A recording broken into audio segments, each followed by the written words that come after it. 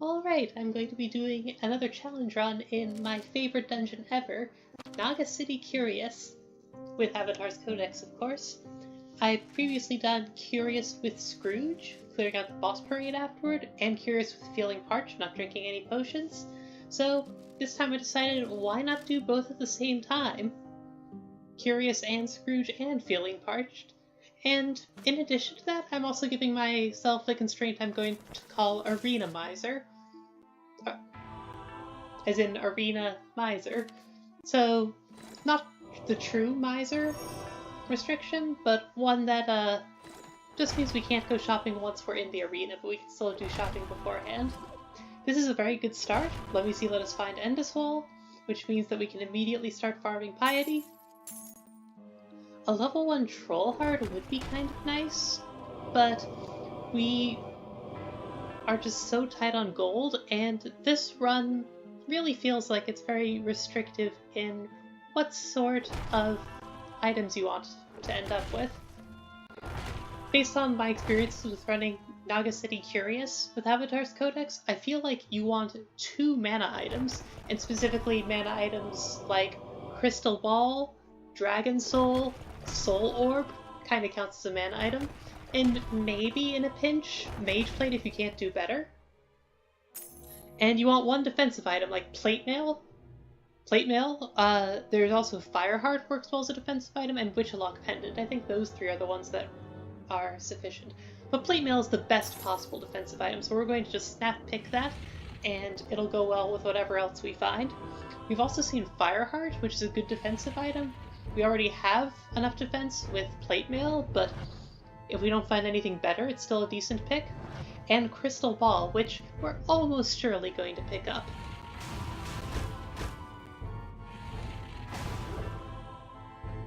Because Crystal Ball just provides so much sustain in this very long run, and considering that we don't have any potions, sustain is really what we need. Ooh!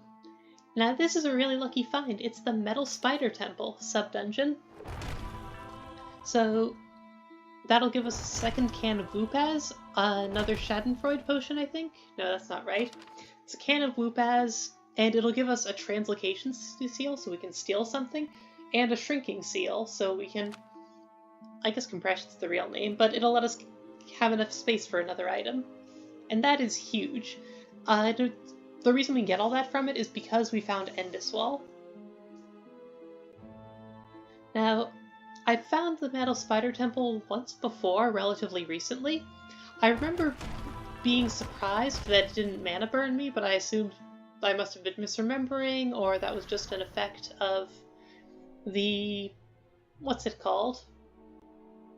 The Spider's Curse Curious challenge in Everfrost Peak rather than the real Spider Temple. So, I'm rather surprised here when suddenly I've been mana burned. Turns out last time I'd picked up a Soul Orb for mana burn immunity and just completely forgotten that that was what was protecting me. So that's inconvenient because now that I'm mana burned, I can't really break down these walls to get to the items I want. Definitely want a Burn Salve and a Fortitude Tonic to cure all the corrosion and weakening we're getting here. Although, considering how little we do regular attacks, the weakening doesn't matter so much, but there's something better for us to take instead. Luckily, we were close to a level up, so I can get the level, and I know if I explore even a single tile here, the mana burn will be applied again. But as long as I don't explore, I can poke my head down, break a couple walls with Endoswall, and then go back upstairs again. And now that I know I'm going to get mana burned and poisoned and such, I can do that exploration sometime when I'm about to level, and can pick up those items without the mana burn concerning me too much. Got Mystic Balance, always my first priority with these runs.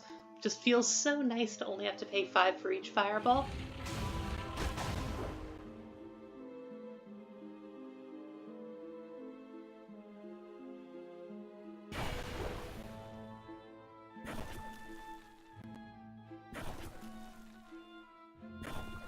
It's warning me that I'll die. I'm guessing I'm like 1 or 2 tiles away from being actually for real killed by the Spider Temple, but I have found that Endoswall lets you get the altar and those 5 items. The two restorative tonics, the 2 seals, and the Whoopaz.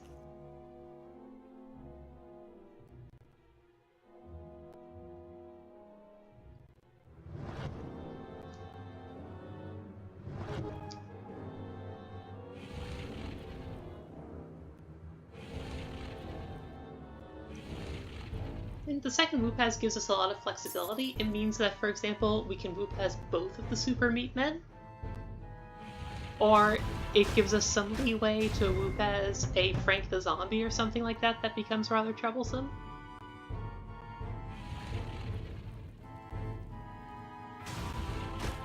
Can't quite take on the level 6 monsters yet, but the only level 5 is a Mana Burn Viper, so not really an option. So I can't go after the 6s for now, but I easily can once I'm level 4, and by that point I really want to be looking at level 7s. There's a level 7 Naga and a level 7 Gorgon, both of which are easy prey for me, so I'm really hoping to get to level 4 soon so I can gobble them up.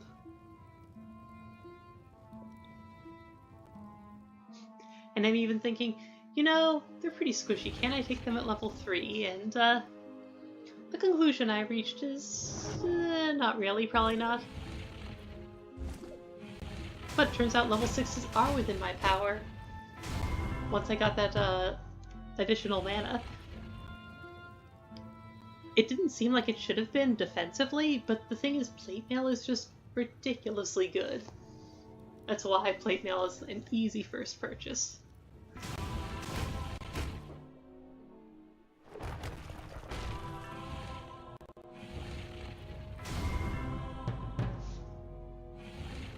Fortunately, killing that level 7 leveled us up, so we can't kill 2 level 7s while we're at level 4, but that's fine. Level 8 Gorgons are nice prey too.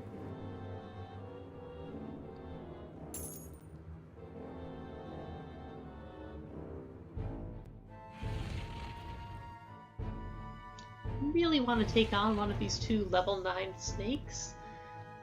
It doesn't quite seem like that's on the cards for us yet, but hopefully once we've leveled up to level 6, they should be easy pickings. Between having the mana capacity for 4 fireballs and a what's the term? And a plate mail to take care of our defense, we can take on some very aggressive fights. We are poisoned, but we're close to leveling. And as a sorcerer, we've got some built-in healing to help us deal with poison. Although, we shouldn't treat poison lightly. One of the consequences of doing a Feeling Parched run is that if we get poisoned, then I can't just drink a health potion to cure the poison if it looks nasty. My actions will have very serious consequences. So, even though it was manageable here, it isn't something we should take lightly by any means. And at this point, we're running out of worthy opponents. I don't know if that's a term other people use, probably not, but I always think of use the term worthy opponent to refer to monsters that are higher level than me, the kind you kill for bonus experience. The ones you can't actually kill, maybe less so. And, of course, the worthiest are whatever the highest level you can feasibly kill is. So we've got this crystal ball. We've explored most of the map, though, and we haven't really found a second good mana item. Which is a little unfortunate. Crystal ball is ridiculously good, though, so hopefully that will be enough for us.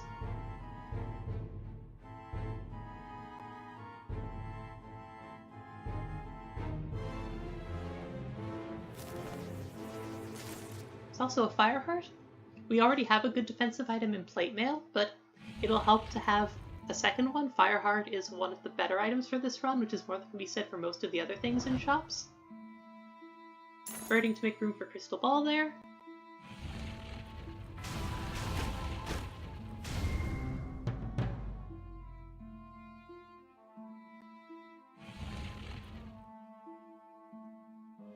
And considering our lack of health potions, we don't really have any health spiking, whereas we can rely on Crystal Ball for some mana spiking. So having Fireheart as well to take care of situations where we're not quite strong enough, I think is very, very useful.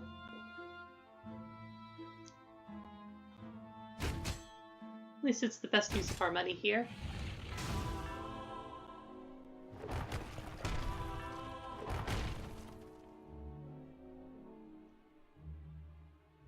I still haven't taken an Essence Potion yet. I wanted to be high level so that I would be able to bank a lot of health in it.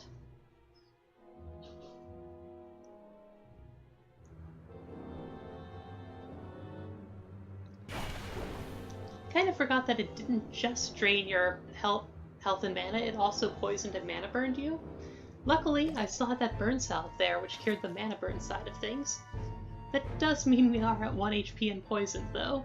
And this is the level we were planning on going to the arena. Like, we're not going to be able to get to high in level 9, so we wanted to get to near the end of level 8, and then go downstairs to start fighting the bosses. So being poisoned and at 1 HP on the level we were hoping to fight, not the greatest for us. But we're going to be fine because of Sorcerer's self-healing from casting spells, and that Fireheart we bought, already showing some value. The two of those together will take care of us.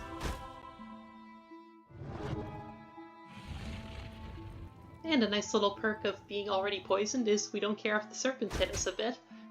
What are they going to do? Double poison us?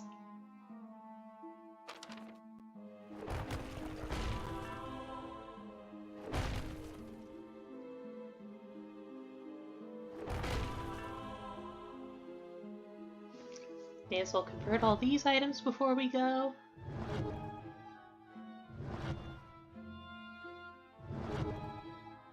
A Viper Ward for poison immunity could have been interesting, and that's available in the shops, but it makes inventory management really awkward. We can't easily free up a small item slot. And it doesn't seem worth converting the shield for.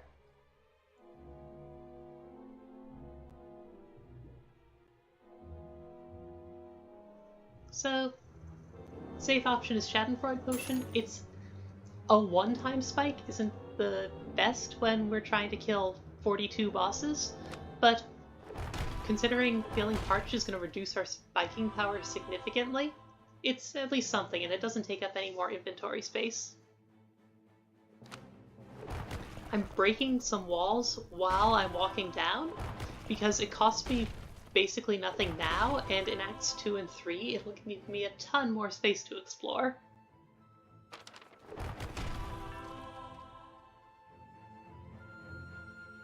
Alright, we are in very good luck. So that Cursed Dragon means the Cursed Shade is also nearby. Cursed Shade drops a Dragon Soul, which gives us some mana sustain for the long run. Considering we only found one mana item, we wanted two, being able to get the Dragon Soul is huge for us. But in view of Cursed Shade's lifesteal, I'm going to not explore into the tile where I know the Cursed Shade is, the top left boss, until I'm low on health. Besides, I do want to buy some weakenings from Mystera before going after the Cursed Shade, because it does have 60% magic resist, and while its health isn't that high, so you can punch through it just fine, it also blinks around, so we need to at least explore the area first.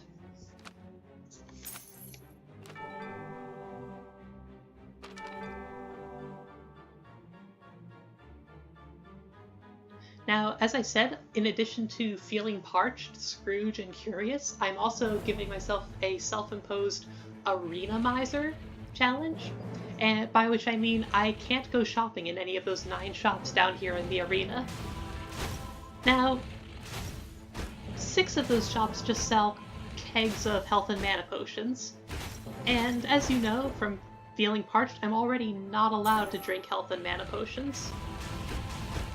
So that might not seem like I'm giving up much, but each of those kegs is worth 70 conversion points, which for an elf is a whole +1 max mana.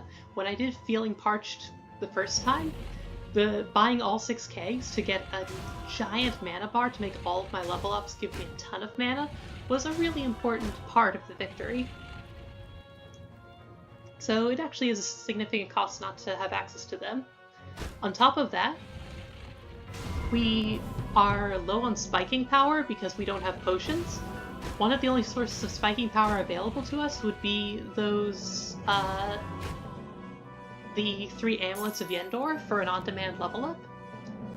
But if we're not allowed to go shopping, we can't get those. It may only be 3 big spikes, but in a run where we're allowed basically no spikes at all, any spikes would be extremely valuable. So it might not sound like the biggest drawback at first, and I will admit the upstairs shopping is super, super important, but it's not a completely trivial condition. And that's in addition to 3 actual challenges already, so... Now in my mind, I've already killed the Cursed Shade, which means the Cursed Dragon can no longer curse me. There's one flaw in my reasoning, which is I didn't pick up the Cursed Shade's Dragon Soul. I don't have inventory room for it yet. So, right now I'm noticing the 5 curses on me and feeling very sad.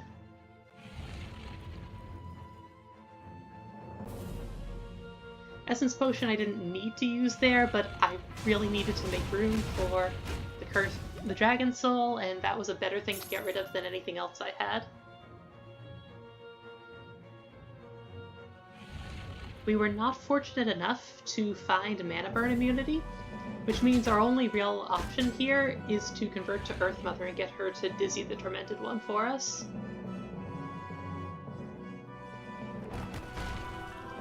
Since normally the alternative would be guzzle some mana potions, but, well, not really an option for us.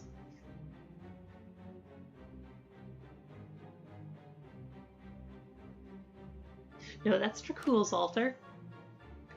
My strategic advice for anyone trying to run this dungeon is don't buy the wrong altar by mistake. Also, buy Plantation at the end of every wave. After each wave of the arena, there's a plant wipe where all the plants in the arena proper go away. So you can basically turn them all into plants here to get piety completely for free.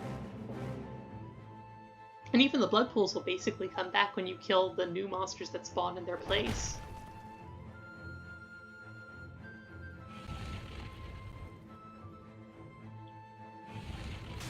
Bjorn may have magic resist, but he's not that tough. At least not defensively. Offensively, Bjorn gave us a bit of trouble here, in large part because of our curse. Now that the curse is gone and our plate mail is back to working, we're in much better shape. We've still used neither Crystal Ball nor Fireheart, which is making me feel very good about how this is going.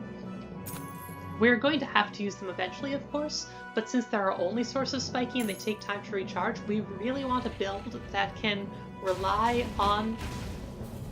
that can get by without using them most of the time. So this is a good start.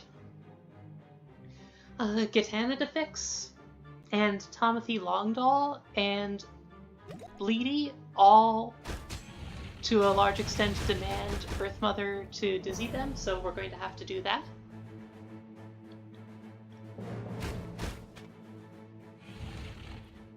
Plate Mail's protecting us so well, we're actually gaining health each time we fireball Super Meat Man.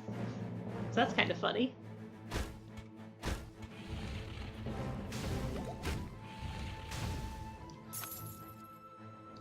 Gitana to fix is a huge pain, because to avoid popping burning stacks on him to make him spawn plants, you can't fight him at the same time as anyone else. But we're actually pretty happy with this array of opponents, because neither of the 75% magic resist golems have shown up yet. That means they're both going to be in the same wave in Act 3, and if they're both in the same wave, that means that we can deal with both of them with the same weakness purchases from Mystera. We just buy weakness a few times once, and that'll deal with them both. We don't have to buy weakness several times on 2 different waves. So that's a pretty big relief for us. So that's making me feel very confident about how this run's going. I could have killed Gehenna to fix with a punch there instead of a fireball. I used a fireball because I wasn't entirely sure if that would spawn plants or not, and I didn't want to chance it. I have plenty of darkness left, so I didn't have to use the crystal ball, but I also didn't have to not use the crystal ball. I've got mountains of mana, I've got mountains of gold. I'm certainly going to have it recharged before I next even consider using it, so may as well help myself out a little that way. I'm willing to take a few corrosions there to avoid spending more Earth Mother piety. She's a great goddess and I don't want to take her for granted.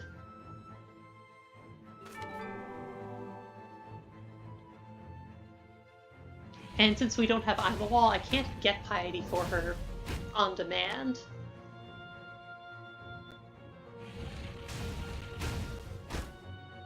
Right? No, please don't throw the fireball. You need to use Plantation to turn those blood pools into plants.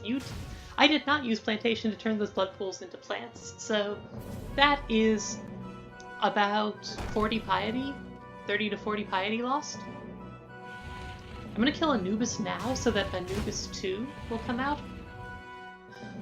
Ideally, we'd like to use Mystera to drain Anubis 2's mana resist, but it's not really an option because Anubis 3 has mana burn, which means we need to be an Earth Mother to deal with that.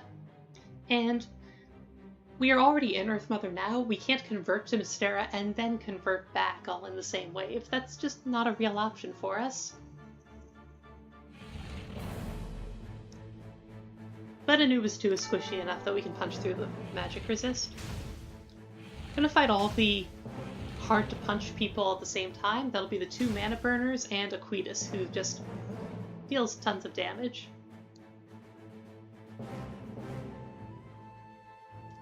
Here we are really wishing we had like 30 more piety. If only there was something we could have done to get that. So we're gonna desecrate Binlore.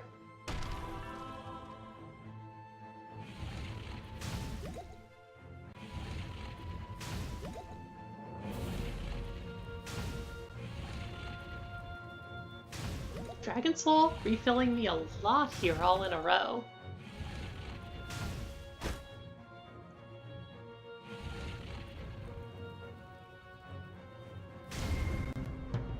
Alright, another level up. We were at full health at the end of that, mostly because we kept them all dizzy. We did get hit once by Aquitas and managed to heal it up, just from casting so many fireballs.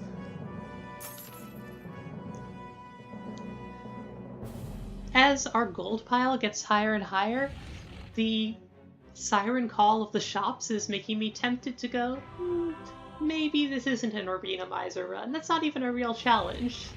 But that would be dishonorable. I will not give in to temptation.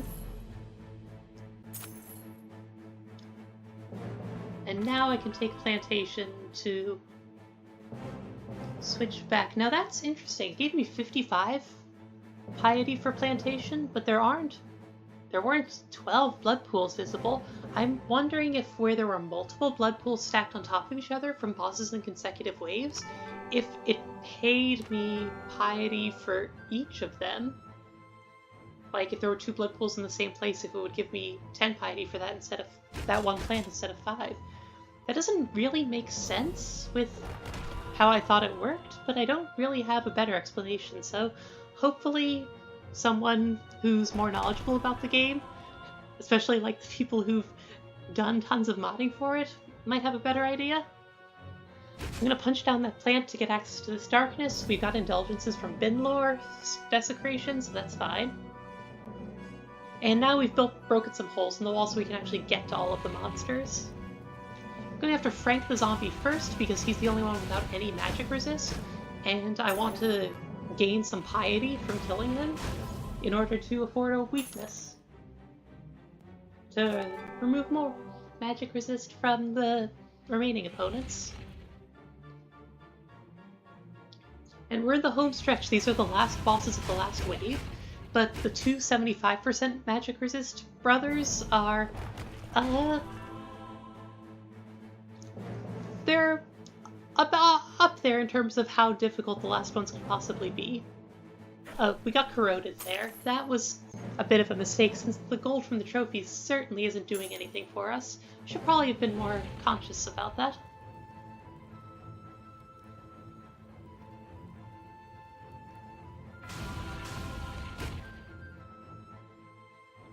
Using my first Schadenfreude potion, my crystal ball still isn't fully charged here, and I'm out of darkness and I really needed it. I think that was a good use of the Schadenfreude. I'm not ashamed of that.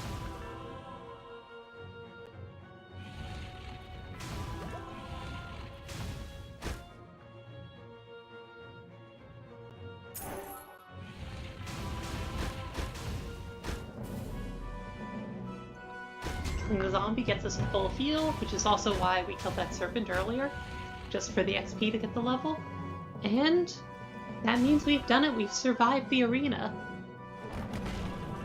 All that remains is Prince Kinch, who is among the weaker bosses. But we still need to deal with the boss parade. There is a poisonous pod growing on top of the boss parade entrance. It is magic immune, so we had to either punch it down or convert to Earth Mother and ask her to remove it, and so we're going to need weakening down here to deal with the Iron Man. Converting to Earth Mother only to convert back later didn't seem like a real option for us, but that does mean I'm poisoned.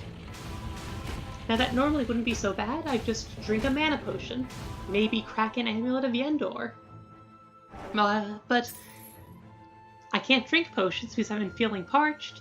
I can't buy Amulets of Yendor because I'm doing this ArenaMiser thing. And I am still 4 boss kills away from leveling, so this poison's going to be sticking around for a while. But, to be honest, I'm kind of glad of it. Like, in a weird way, I feel like this sort of, like, vindicates the concept of ArenaMiser as, like, a thing I'm doing by, like, making there be, like, a real, serious, highly visible cost to not being able to buy, like, an Amulet of Yendor. Like, this is more than just, oh, you've got a little less spiking power. This is, I'm doing several boss battles under the strain of poison because of this. So, I don't know if that actually makes sense or not, but just in a weird way, I'm kind of glad it happened, just for making the challenge more interesting.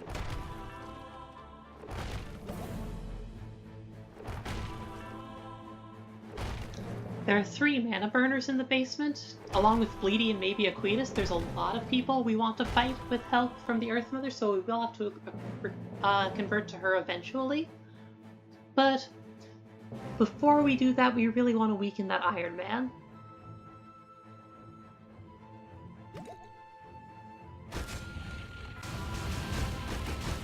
The bosses down here in the boss parade have higher stats than the ones upstairs, so we do not gain health by throwing fireballs at this super meat man. This one has higher stats because it's using the full Naga City difficulty level of 150% instead of 120 from the arena. So here's a 160. I'm not too familiar with the exact numbers. Point is, its attack power is higher. We hurt more. Alright, just 2 bosses to go before I can get leveled up. Lord Gob no longer has any magic resist because of all the weakenings applied. They weren't really done for Lord Gob, they were done for the Iron Man, but they're certainly welcome. The same goes with their effect on Bleedy.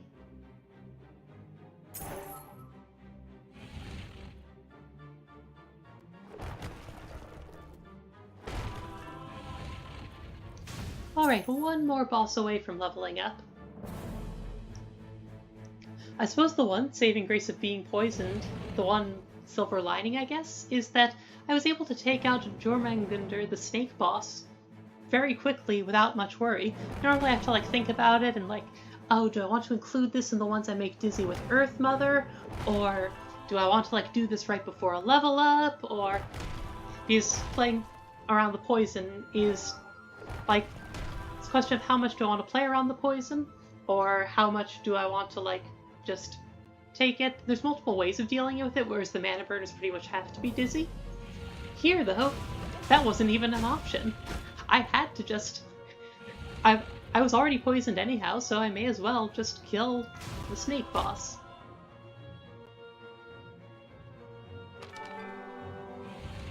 Attacking the Iron Man popped the burning stack, killing the goo blob with the Tower of Goo, leveling me up. Which means Iron Man has now been defeated.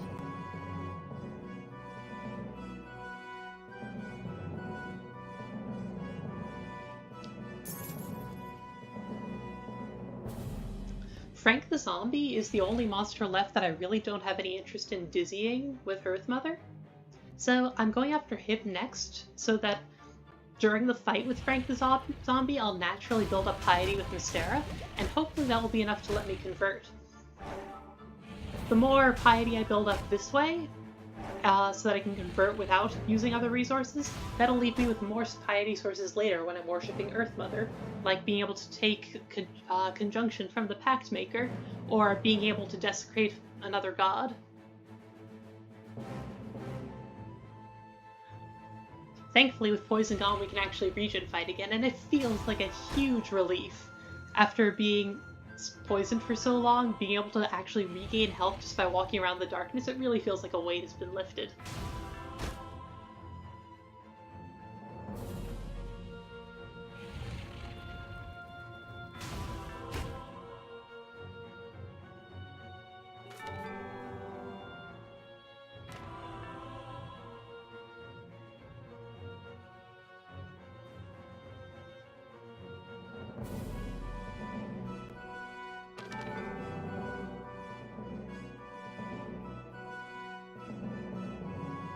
There appear to be 8 plants upstairs. I wouldn't get full value from only removing 8 plants. I want to remove plants in groups of 10 with Earth Mother. But I had a fully charged crystal ball, so I'll use that first and we'll see what else to do later.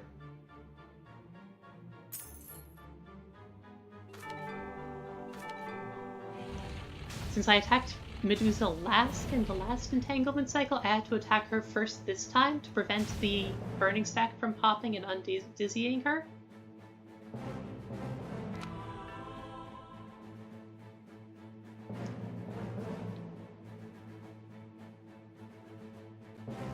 This is why I was glad to be able to save Pact Maker for later, so that I could get piety from him right now.